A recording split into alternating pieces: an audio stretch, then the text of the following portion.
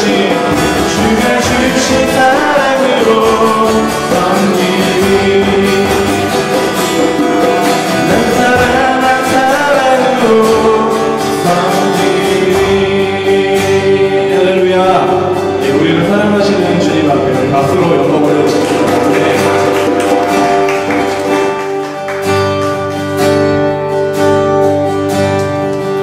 하늘을 바라보라. 그 넓은 천하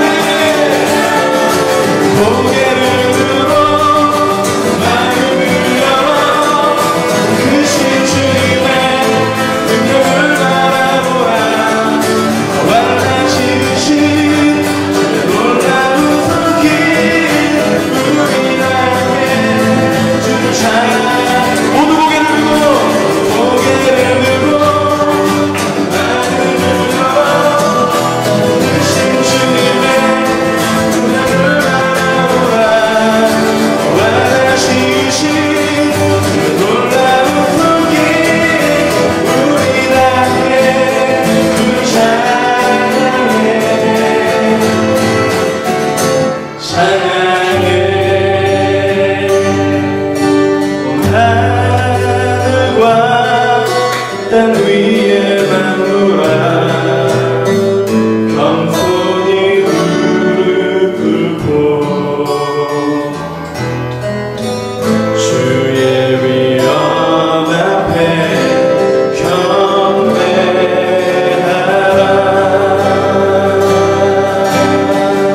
온 하늘과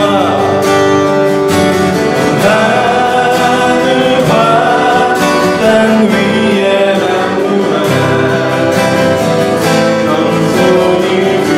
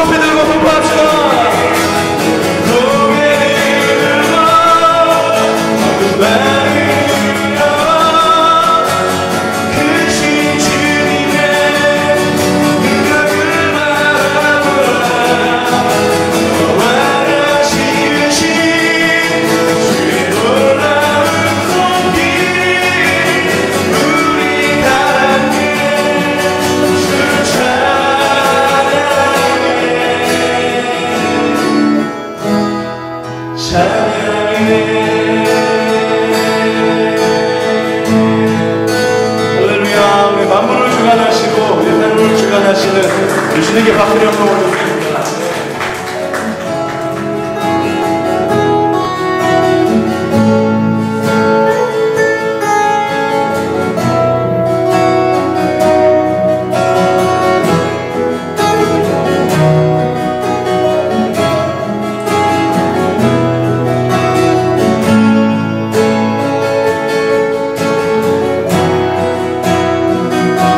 주님을 사랑하는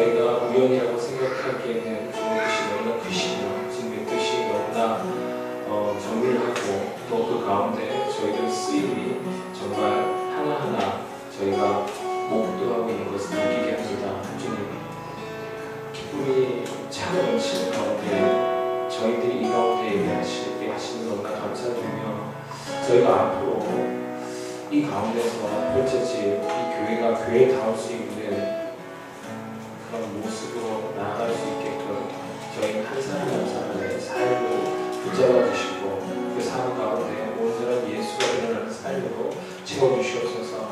주님, 저희가 한 사람 한 사람을 바라보고 볼 때 많이 부족합니다. 진짜 연약하고 저희가 무엇을 바라는지 저희 주님이 너무 잘 알고 있습니다. 아직도 육체적인 부분이 채워지지 못해서 저희의 기본적인 것들이 아직 채워지지 못해서 아직 공감을 받게 있는 것들이 많이 있습니다. 주님, 알아서 채우실 수 있습니다. 주님, 저희를 항상 훈련하고 계신 것을 다 잘 알고 있습니다. 평탄하게 해주시고 그 훈련이면 그 훈련을 잘 참아내고 전진할 수 있는 자들로 저희 한 사람 한 사람을 세워주시옵소서. 주님, 저희가 예배가 항상 갈급했었습니다.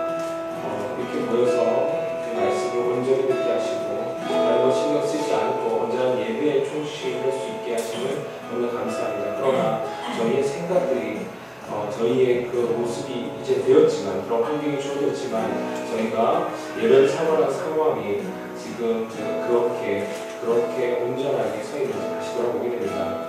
저희가 온전한 예배를 사모하는 모습으로 다시 돌아가게 하시고 온전히 예배만을 바라볼 수 있는 사람으로 저희를 바로 세워주시옵소서.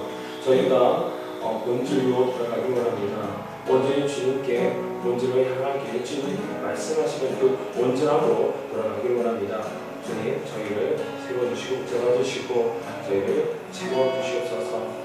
부족한 것들 주님께서 항상 채워주실 것을 믿습니다. 주님 말씀을 하시는 목사님 항상 말씀으로 살게 하시고 또 본인 있게 하시며 그 삶 가운데서 예수 그리스도가 온전히 전해지는 자로 주님 사용하시 너무 감사합니다. 말씀을 전하시는 순간에서도 정말 더욱더 능력의 말씀으로 저희와 함께 하시고 주님이 전해주시는 주님의 뜻함과 저희를 바로 세워주시는 목사님과 함께 하여 주시옵소서. 주님, 예배를 오늘 주님 저희와 함께 하십니다. 각자의 마음속에 함께 하십니다. 오늘 예배를 송구하는 자들로 세워주시옵소서. 감사드리며 예수 그리스도입니다. 우리 하나님 주시는 말씀 함께 보도록 하겠습니다. 사무엘하 17장입니다. 사무엘하 17장. 오늘은 사무엘하 17장이 아니라 16장 23절부터 16장 마지막 절부터 해서 17장 14절까지 읽도록 하겠습니다. 구약성경 491페이지입니다. 제가 읽도록 하겠습니다. 그때 아이도벨이 베푸는 계략은 사람이 하나님께 물어서 받은 말씀과 같은 것이라. 아이도벨의 모든 계략은 다윗에게나 압살롬에게나 그와 같이 이루어졌더라. 17장입니다. 아이도벨이 또 압살롬에게 이르되 이제 내가 사람 12,000명을 택하게 하소서. 오늘 밤에 내가 일어나서 다윗의 뒤를 추적하여 그가 공고하고 힘이 빠졌을 때 기습하여 그를 무섭게 하면 그와 함께 있는 모든 백성이 도망하리니 내가 다윗 왕만 쳐 죽이고 모든 백성이 당신께 돌아오게 하리니 모든 사람이 돌아오기는 왕이 찾는 이 사람에게 달렸습니다. 그리하면 모든 백성이 평안하리라 하니 압살롬과 이스라엘 장로들이 다 그 말을 옳게 여기더라. 압살롬이 이르되 아랫사람 후세도 부르라. 우리가 이제 그의 말도 듣자 하니라. 후세가 압살롬에게 이르매 압살롬이 그에게 말하여 이르되 아이도벨이 이러이러하게 말하니 우리가 그 말대로 행하랴. 그렇지 아니하거든 너는 말하라 하니 후세가 압살롬에게 이르되 이번에는 아이도벨이 베푼 계략이 좋지 아니하니이다 하고 또 후세가 말하되 왕도 아시거니와 왕의 아버지와 그의 추종자들을 용사라.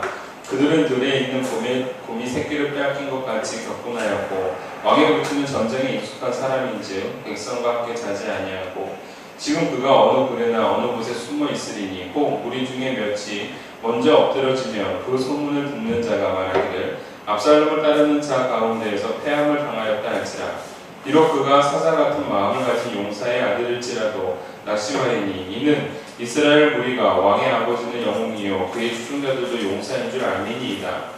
나는 이렇게 계략을 세웠나이다. 온 이스라엘을 단에서 단부터 브엘세바까지 바닷가에 많은 모래같이 당신께로 모으고 친히 전장에 나가시고 우리가 그 만날 만한 곳에서 그를 기습하기를 이스라엘 땅에 내림같이 우리가 그 위에 덮여 그와 그 함께 있는 모든 사람을 하나도 남겨두지 아니할 것이요 또 만일 그가 어느 성에 들었으면 온 이스라엘이 밧줄을 가져다가 그 성을 강으로 끌어들여서 그곳에 작은 돌 하나도 보이지 아니하게 할 것입니다. 하며 다 같이 있습니다. 압살롬과 온 이스라엘 사람들이 이르되 아랫사람 후세의 계략은 아히도벨의 계략보다 낫다 하니 그는 여호와께서 압살롬에게 화를 내리려 하사 아히도벨의 좋은 계략을 물리치라고 명령하였습니다. 아멘. 오늘 사무엘하 17장에 있는 말씀을 통해서 하나님의 계략이라는 제목으로 우리가 함께 은혜를 나눠보도록 하겠습니다.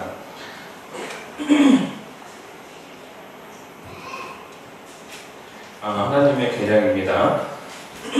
여러분, 이 계략이라는 단어가 어떤 의미인지를 제가 좀 사전적으로 찾아봤더니 어떤 일을 이루기 위한 꾀나 수단이라는 정의로 이렇게 나와 있습니다. 근데 이 계략이라는 단어가 실질적으로는 그냥 일반 국어사전에는 어떤 일을 이루기 위한 꾀나 수단이라고 되어 있지만 군사적 용어는 다릅니다. 군사적 용어로서 이것은 어떤 의미를 가지고 있냐면 아군의 허위 첩보를 고의적으로 적에게 전달하여 적을 기만하는 방법으로 승리를 얻어내는 그 전술 전략이 바로 계략이다라는 겁니다. 여러분 오늘 이 아히도벨이라는 사람은 다윗에게 있어서 너무나도 큰 위험 인물이었습니다. 이 아히도벨이 다윗에게 붙지 않고 압살롬이라는 그 지금 반란을 일으킨 그 다윗의 아들에게 붙는 순간 그 다윗이 뭐라고 얘기를 합니까? 15장 31절에 여호와의 원하건대 아히도벨의 모략을 어리석게 하옵소서라고 고백을 합니다. 이거 얘기는 뭐냐면 바로 아히도벨이라는 사람이 다윗왕이요 아히도벨이라는 사람이 지금 압살롬에게 붙었습니다. 그 말을 듣는 순간 이럴 수가 아히도벨이 압살롬에게 붙었다니 라고 말하는 게 아니라 오히려 그 순간에서 갑자기 철렁거리는 마음을 갖고 여호와여 원하건대 아히도벨의 모략을 어리석게 하옵소서라고 고백을 합니다. 고백이 아니라 어찌 보면 간절한 소원의 기도인 거죠.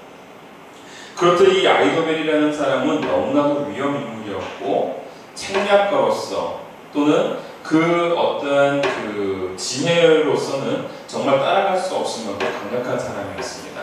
그러다 보니까 여러분들 16장 23절 우리가 함께 읽었었는데요.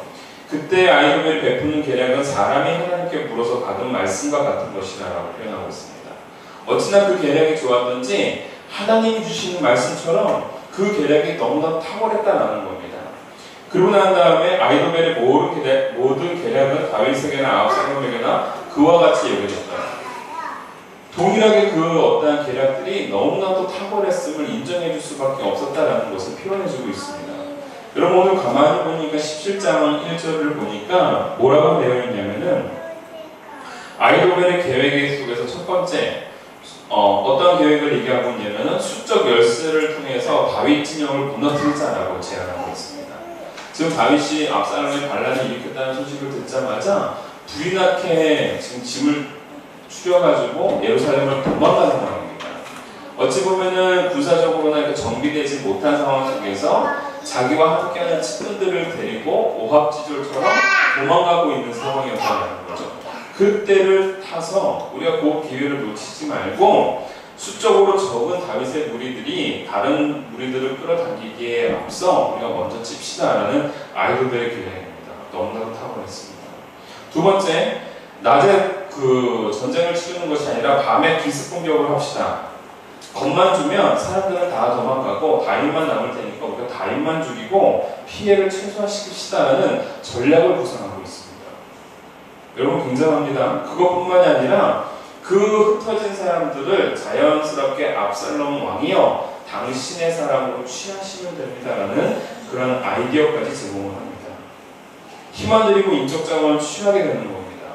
그리고 더 중요한 건 뭐냐면 이 전쟁을 압살롬 왕이 나가시는 것이 아니라 내가 나가겠습니다라고 자처하고 있는 겁니다. 왜 아히도벨이라는 사람이 그 전쟁에 자기가 나가겠다고 했을까요? 아히도벨은 알고 있는 겁니다. 아무리 전쟁이지만 그 아들이 아버지를 죽이는 것에 대해서는 이목이나 이미지가 별로 좋아 보이지 않는 거예요. 그리고 죽이기를 꺼려할 수도 있다는 겁니다. 그러한 역할들을 누가 하겠다? 아히도벨이 내가 하겠다라는 거예요. 지혜적으로 전략적으로 너무나도 탁월했던 내용인 겁니다. 그의 통찰력은 너무나도 탁월했기 때문에 그러한 탁월함을 잘 알고 있었던 다윗은 15장 31절에 아히멜렉이 압살롬과 함께 있습니다라는 얘기가 나오자마자 그의 지혜를 어리석게 만들어달라고 하나님께 기도할 수밖에 없었다라는 겁니다. 여러분, 이러한 상황 속에서 오늘 우리에게 주시고자 하는 하나님의 메시지가 있다는 겁니다. 너무나도 불리한 상황입니다. 내 지혜로는 저들의 어떠한 지략가들을 당해낼 수가 없고 저들의 전술을 이겨낼 수가 없겠다라는 겁니다. 그때 우리에게 주시고자 하는 첫 번째 메시지가 무엇입니까? 내 자리를 확인하라라는 겁니다. 내 자리를. 내가 지금 어디 있는지를 확인해보자라는 겁니다. 그 자리가 어디에 있는지를 우리가 확인해보자. 내가 지금 하나님의 편에 서 있는지 아니면 누군가 지혜롭고 전략적인 그 사람의 편에 서 있는지를 우리가 바라보자라는 겁니다. 여러분, 다윗이라는 사람은 매 순간마다 하나님을 찾습니다. 위기가 찾아왔을 때, 어떠한 고난이 찾아왔을 때에 다윗이라는 인물이 다윗 될 수 있었던 이유 중에 하나는 그때 똑똑한 누군가를 찾고 누군가 힘이 될 수 있는 사람을 찾는 것이 아니라 그 순간마다 하나님을 찾았다라는 겁니다. 그리고 내가 하나님 편에 서 있다는 것을 늘 확증했습니다. 그 확증이라는 그 과정이 뭡니까? 따라봅시다. 기도다라는 겁니다. 하나님께 기도하는 겁니다. 하나님 내 편이시죠? 하나님, 지금 하나님 나와 함께 하시죠? 하나님, 지금 나를 지금 지켜주고 계시죠? 그게 바로 다윗이 고백했던 내용이다라는 겁니다. 사랑하는 성도 여러분, 오늘 우리가 확인해야 될 것은 내가 어느 자리에 있는지, 어느 편에 서 있는지를 우리가 먼저 찾아보자라는 겁니다. 위기와 고난이 닥쳤을 때 나에게 힘이 되어줄 수 있는 사람의 손을 붙잡고 도와달라 요청하는 것이 아니라 지금 내 자리가 하나님이 계시는 그 자리인지 아니면 그 반대편의 자리에 서 있는지를 확인해보자라는 겁니다. 마치 지금 제갈공명처럼 이 아히도벨이라는 명석한 자가 다윗이 아닌 압살롬을 따를 때에 불안감이 엄습해 옵니다. 큰 탄식이 엄습해 옵니다. 그 탄식이 나올 수밖에 없도록 그 이야기가 전개되는 과정이 바로 17장 1절부터 4절이에요. 전략이 너무 탁월합니다.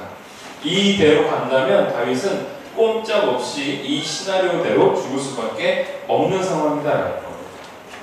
근데 여러분, 사람의 부재가 있지만 여러분, 우리가 분명히 알아야 될 건 뭐냐면 하나님께서는 그 사람이 나와 함께 한다면 하나님은 그에게 지략가가 없지만 어떠한 사람을 통해서도 그를 도울 수 있는 능력의 소유자가 바로 하나님이시다라는 겁니다.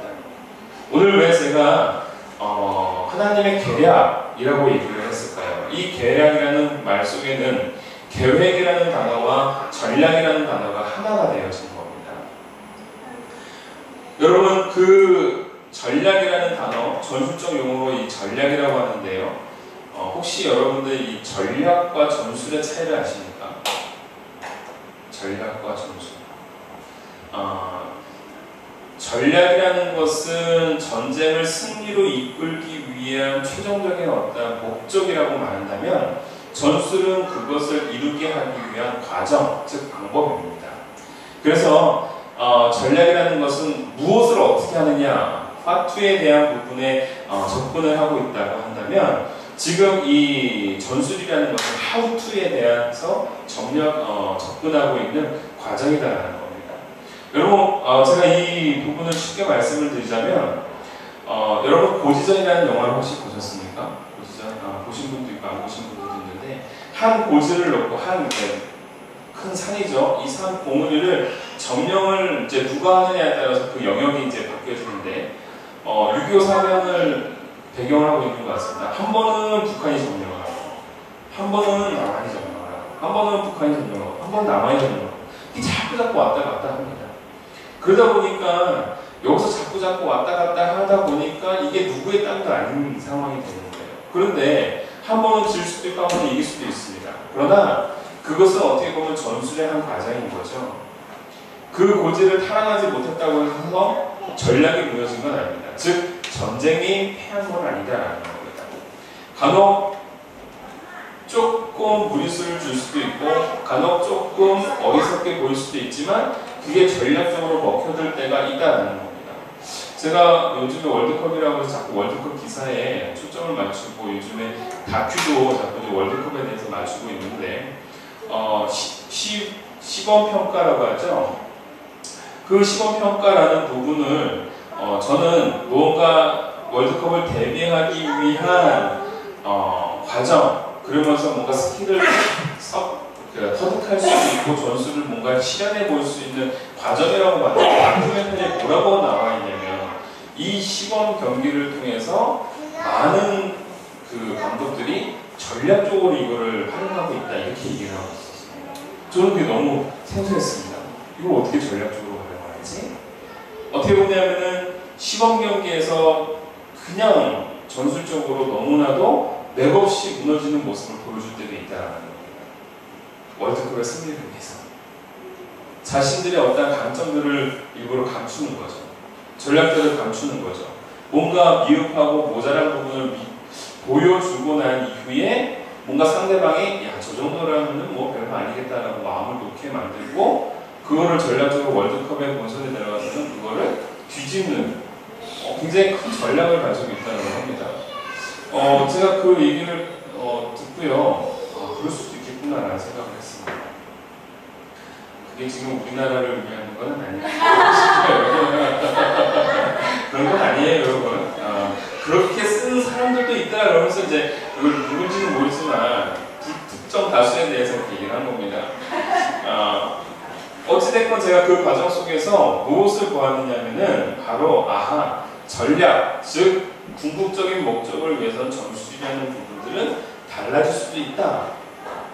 그걸 통해서 우리가 무엇을 알 수 있느냐? 전술이 달라질 수 있다는 것은 큰 목적 대의를 위해서라면 간혹 무너질 수 있는 경우도 있다라는 겁니다.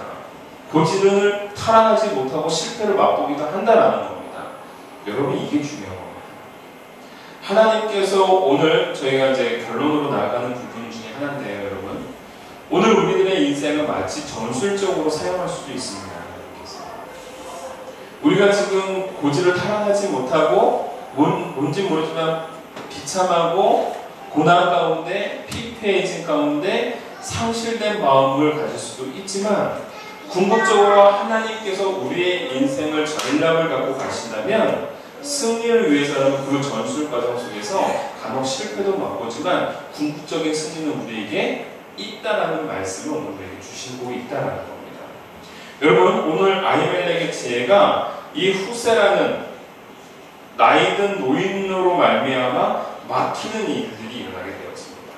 오늘 4절까지 그의 지혜가 너무나도 탁월했음을 오늘 보여주고 있는데 갑자기 압살롬이라는 사람이 후세도 부르라 라고 얘기합니다. 다윗과 함께 했던 다윗의 친구입니다. 그래서 후세가 나와서 얘기를 합니다. 이번에 아히멜렉의 전략은 별로 좋지 않습니다. 여러분 진짜 좋지 않아서 좋지 않다고 하는 건가요? 아니죠. 후세가 들어도 이건 너무나도 탁월한 거예요. 이렇게 진행되면 내 친구 다윗, 내가 섬기는 왕 다윗은 그리고 그를 따르고 있는 모든 우리는 전멸하는 것이 눈에 보일 듯 뻔한 겁니다. 그러니까 후세가 이걸 막아야 되는 사명을 갖고 있는 거예요. 근데 여러분 보세요. 그 후세의 말이 여러분 너무나도 희한합니다. 무엇이냐? 오늘 두 번째 말씀입니다. 대신에 하나님께서 우리의 인생 가운데 전략을 갖고 뭔가 계획을 갖고 일어나가실 때에 마음을 함께하는 동지를 갖게 해주신다는 겁니다. 여러분 이거 참 희한합니다.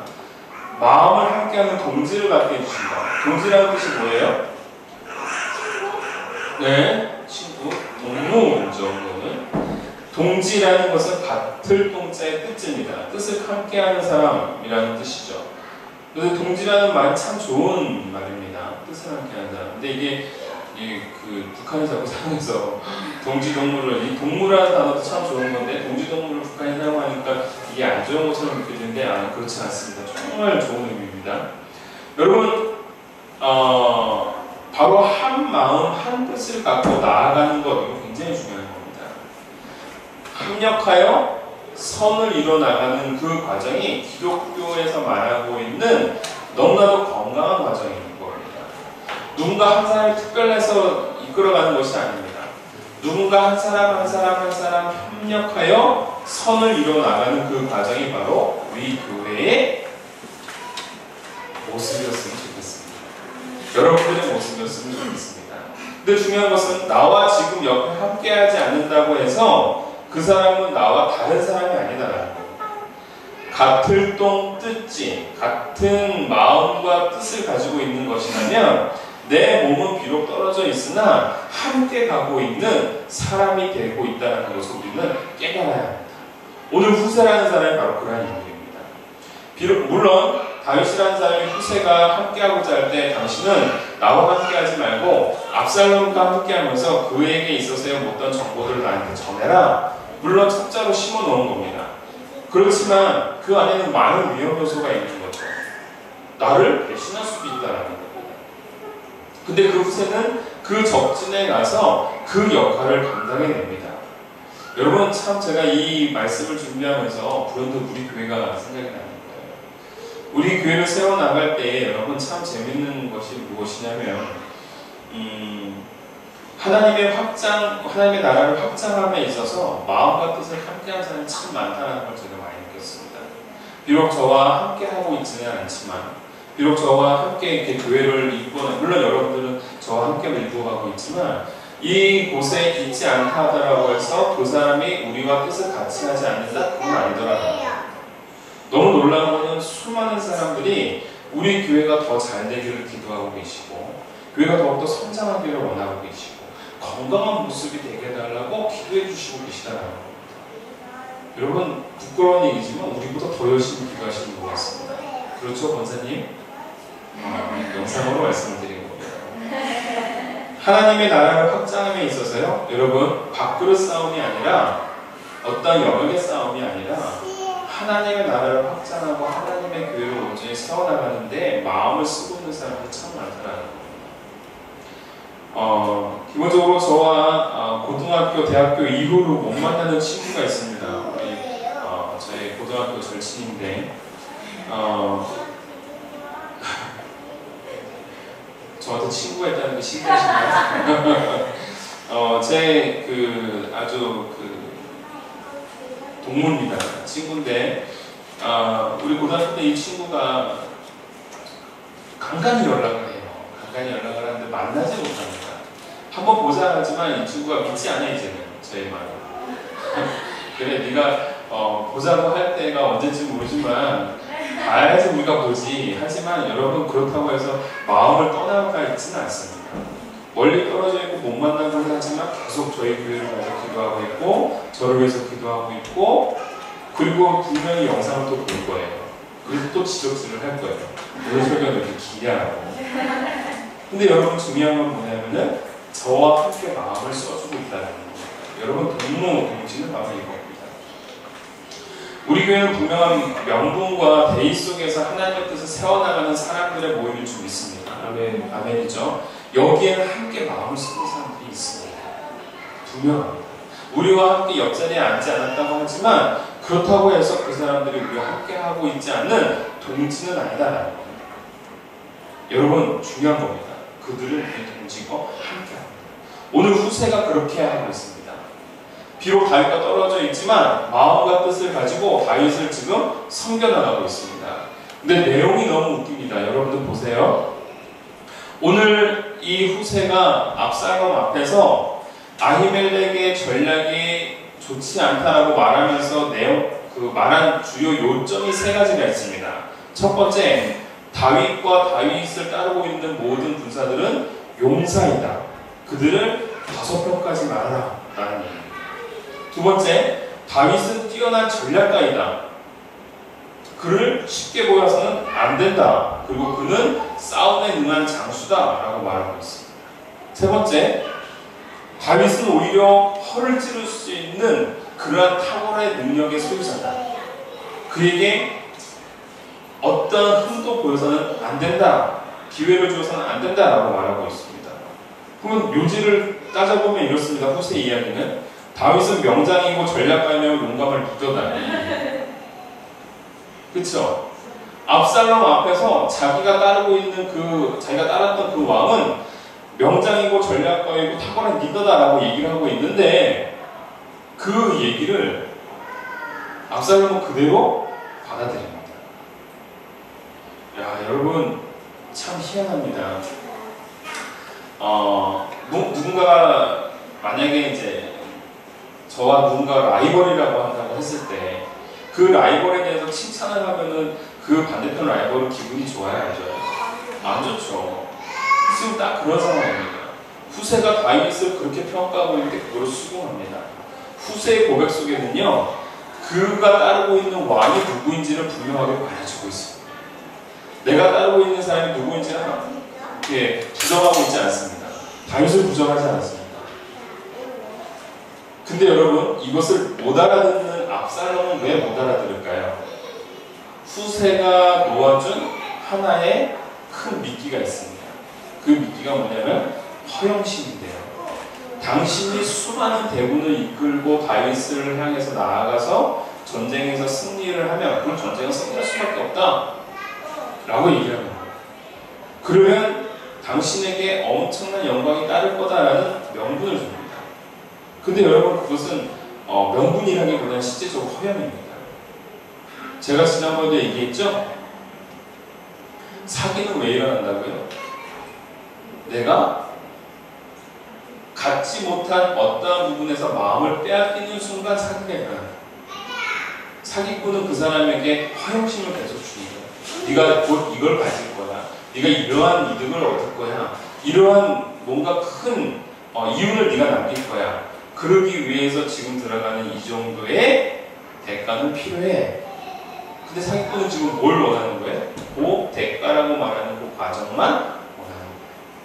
사람은 이 허영의 마음을 이미 빼앗겼기 때문에 사기꾼이 말하는 대로 다 들어줄 수밖에 없다라는 겁니다. 여러분, 바로 오늘 우리가 살아가고자 할 때에 내가 하나님의 자리에 있는지 그렇지 않은지를 늘 분별해내는 이유가 내가 허영 가운데에 있는지 그렇지 않은지를 분별할 수 있는 또 하나의 기준이 되기 때문에 오늘 우리는 하나님의 자리에 서 있는지를 확인해야 된다는 겁니다. 그리고 내가 늘 얘기해야 되는 겁니다. 늘 내가 고백해야 됩니다. 하나님 내 편이시죠? 하나님 나와 함께 하시죠? 하나님 지금 나와 동행하고 계시죠? 그 사람이 잘났고 똑똑하고 이게 중요한 게 아닙니다. 하나님을 부르는 자에게 하나님은 그와 함께 하신다. 마지막 말씀 결론입니다. 여러분, 우리의 삶이 전술이라고 한다면 간혹 우리는 전령을 당하기도 하고 실패를 맛본다라고 제가 말씀을 드렸죠.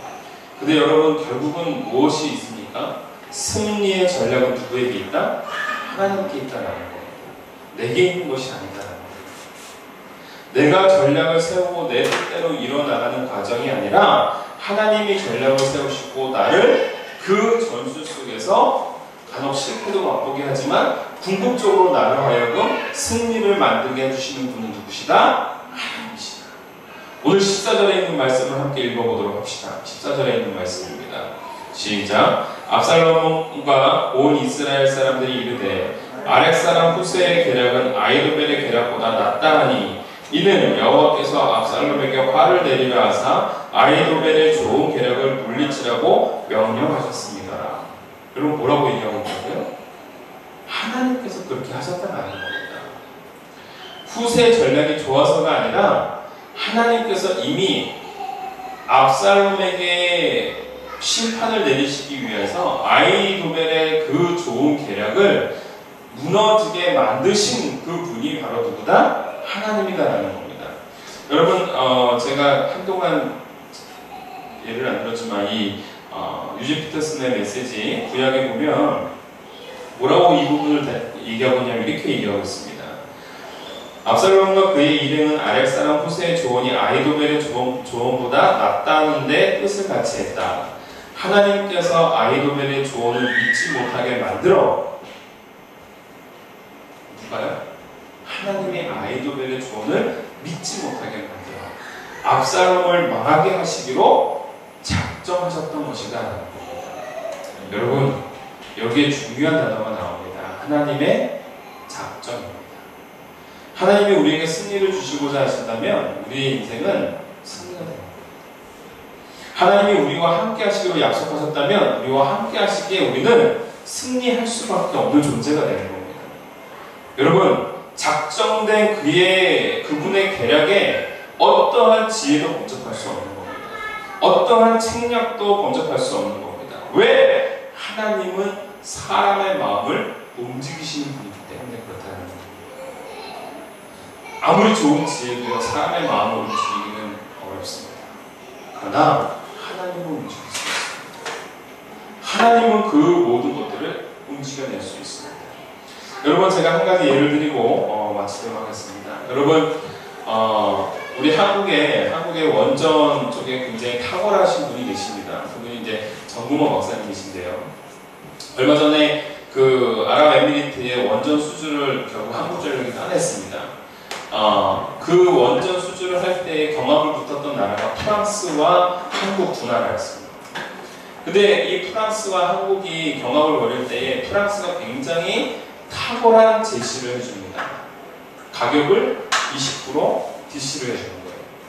근데 게다가 이 프랑스가 갖고 있는 장점이 뭐냐면, 그러니까 쉽게 말하자면 한국을 무너뜨리기 위해서 제공했던 제시안이 뭐였냐면, 우리나라, 즉 프랑스는 최고의 원전 기술을 가지고 있는 것뿐만이 아니라 이것을 실행하기 위하여서 굉장히 타이트한 원칙과 기준을 갖고 이 원전 기술을 이용하고 있다. 그러나 한국은 주먹구구식이다라고 얘기했습니다. 그래서 판세가 원전이 이제 한국으로 넘어올 것 같다라고 했을 때 이 원전에 대한 그 모든 그 계약권들이 점점 이제 프랑스로 넘어가고 있었어요. 그때 정구모 박사님이 어디에 계셨냐면은 아랍에미리트의 원전 고문위원으로 계셨습니다. 한국 분이시죠. 이분은 당연히 어디다가 수주를 따게끔 해줘야 돼요. 네, 이거 40조 원짜리거든요, 여러분. 그러니까 당연히 한국 쪽으로 기울게끔 만들어줘야 되잖아요. 근데 이게 쉽지가 않을 거예요. 근데 그 정구모 박사님이 인터뷰에 뭐라고 얘기했냐면, 이거는 이제 종교적인 인터뷰인데요. 우리는 지상전을 하고 있었지만 하나님께서는 이미 공중전에서 승리를 우리에게 주고 계셨다. 이렇게 고백을 했습니다. 결국은 우리가 따냅니다. 어떻게 따냈냐면요. 정구모 박사님의 친구분이 미국의 원전기술자 위원이신 거예요. 이분이 뭐라고 얘기했냐면 이렇게 얘기했습니다. 우리는 한국의 원전 기술을 신뢰할 수가 있다. 왜냐하면 그들은 미국이 갖고 있는 원전 규칙을 그대로 준수할 뿐만이 아니라 그들은 더욱더 강도 높은 그러한 고차원적인 기술력을 갖고 그 원전 기술을 지금 한국 땅에 실현하고 있기 때문에 그렇다. 이렇게 얘기했습니다. 그래서 갑자기 이 물줄기가 갑자기 한국 쪽으로 보이기 시작했습니다. 게다가 정봉 박사님이 유엔 원자력 자문위원 고문이시죠. 많은 부분이 그렇게 영향을 미쳤습니다. 결국은 프랑스를 제치고 한국의 원전 기술을 따냅니다. 엄청난 국익 상영을 이룬 사건이죠. 근데 그 부분에 있어서 정구모 박사님이 하신 고백이 그겁니다.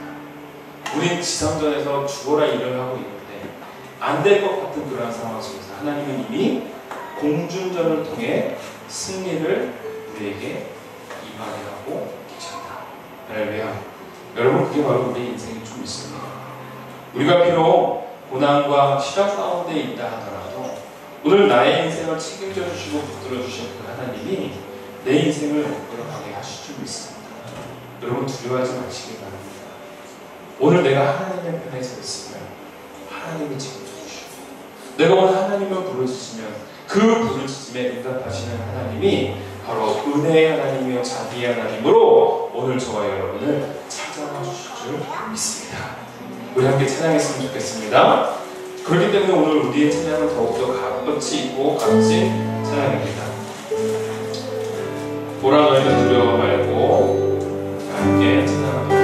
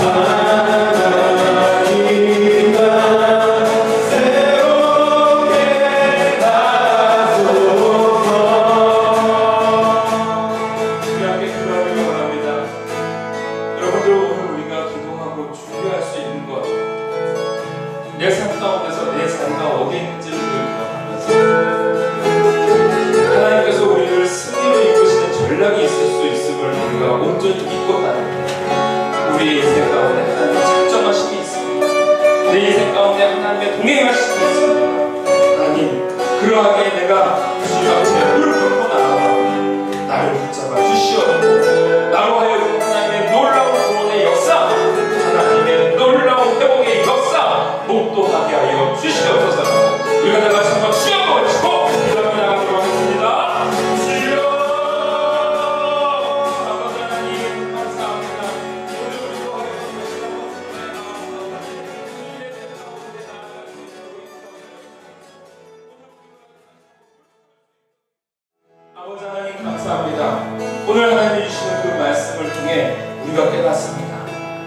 게 끝이 났다라고 생각하는 그 다윗의 인생 속에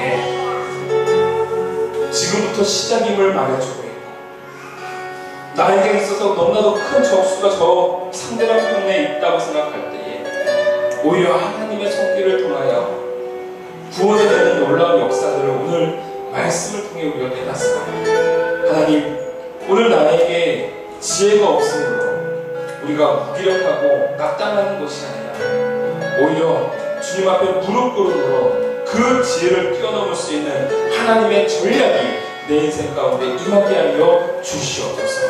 오늘 우리로 하여금 하나님 살아계시고 하나님 역사하시다는 것 목도하게 하여 주시옵고, 보라 말씀하신 하나님의 말씀처럼 오늘 나를 통하여 역사하신 하나님의 놀라운 계획과 구원들을 우리가 목도해 나갈 수 있도록 주장하여 주시옵소서. 아버지여, 오늘 나의 상한 심령이 회복되어지기를 원하고, 아버지여, 내 인생에 다시 한번 주의 나라가 되기를 원하고, 아버지여, 내가 주님 앞에 무릎을 쌓으니 하나님, 오늘 지치고 낙심어린 나의 인생이 다시 한번 새롭게 되는 회복의 인생이 되게 하여 주시옵소서.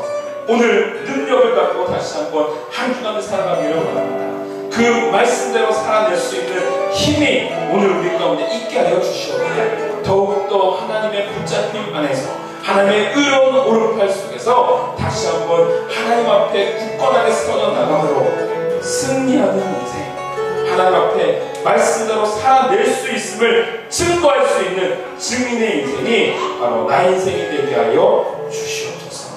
하나님, 나와 함께 하기를 간절히 소원합니다. 기대합니다. 예수님의 이름으로 기도하옵나이다.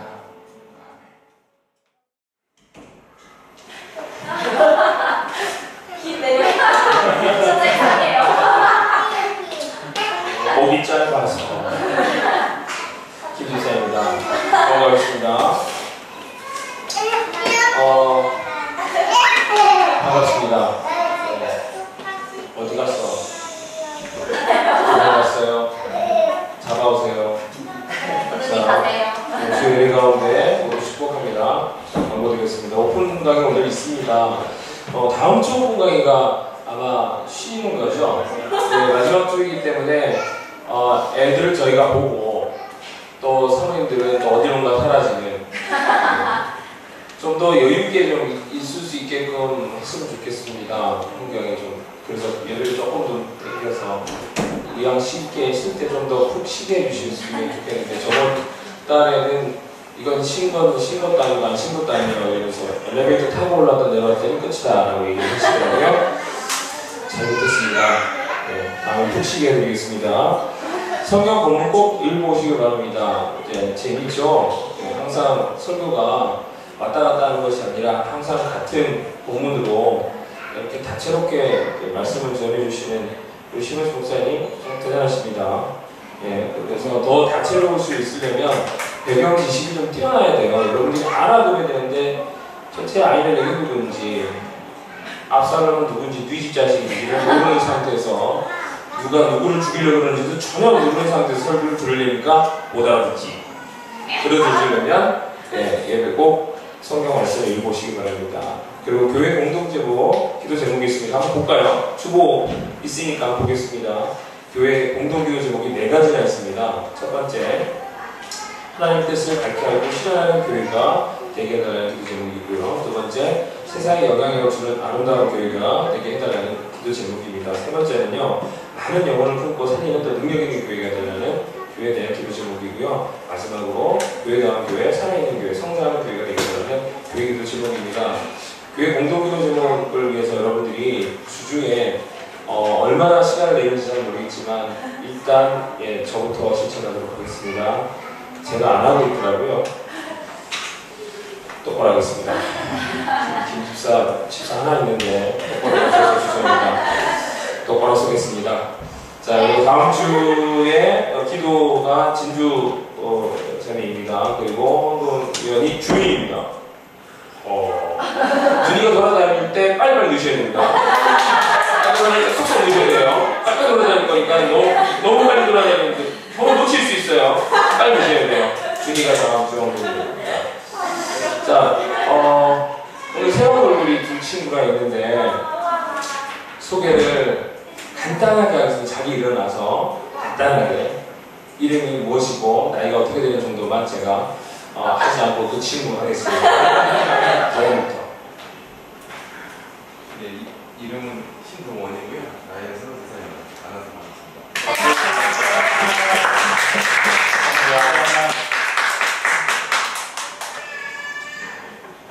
나이는 36이고요. 이름은 신찬모입니다. 진짜 신 씨가 들어왔습니다. 둘 다 제 지인이고요. 한 사람은 이제 기타를 배우는 친구이고요. 친구는 제 학원의 선생님이십니다. 볼 때마다 인사 잘 해주시고 한 번 들고 발을 들였으면 절대 빠져나가지 않으시기 때문에 함부로 나갈 생각하지 말라고 꽉 붙잡으시기 바랍니다. 다 같이 일어나셔서 교회 저희 주제 찬양 부르시고 축도하시고 예배 마치고 가겠습니다.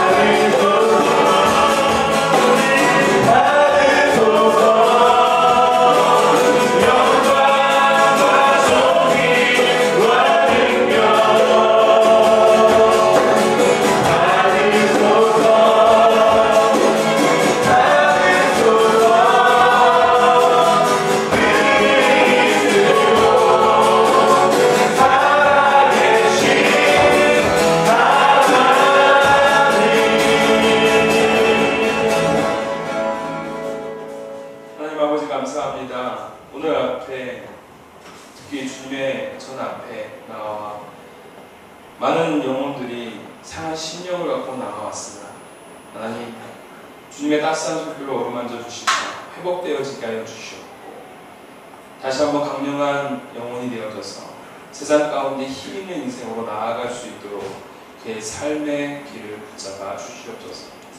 걸음걸음이 늘 하나님 앞에 상달되는 걸음이 되어지기를 원하고 더불어서 기뻐하시는 흠양하시는 인생이 되어지게 하여 주시사 그의 모든 삶의 전부가 하나님 앞에 기쁨이 되어질 수 있는 예물이 되게 하여 주시옵고 특별하게 구분하여 주님 앞에 내어놓사오니 하나님께서 기뻐 받아 주시옵고 향기로운 제물이 되게 하여 주시옵소서. 오늘 주님 앞에 나아가는 모든 인생들을 하나님께서 더욱더 기뻐 받아 주시옵고 하나님의 은혜 가운데 그 성 안에 늘 거할 수 있는 귀하고 복된 하나님의 자녀들 또한 드린 산 제사가 되게 하여 주시옵소서. 지금은 우리 주 예수 그리스도의 은혜와 극진하신 아버지의 사랑과 성령님의 감화감동 역사하심이 오늘 다시 한번 하나님의 편에 서서 늘 무릎을 조아리며 머리를 조아리며 부르짖는 모든 지체들 위해, 특별하게 하나님께서 기뻐하시고 받아주시는 우리 자녀들 위해 지금으로부터 영원토록 함께 계실지어다. 아멘.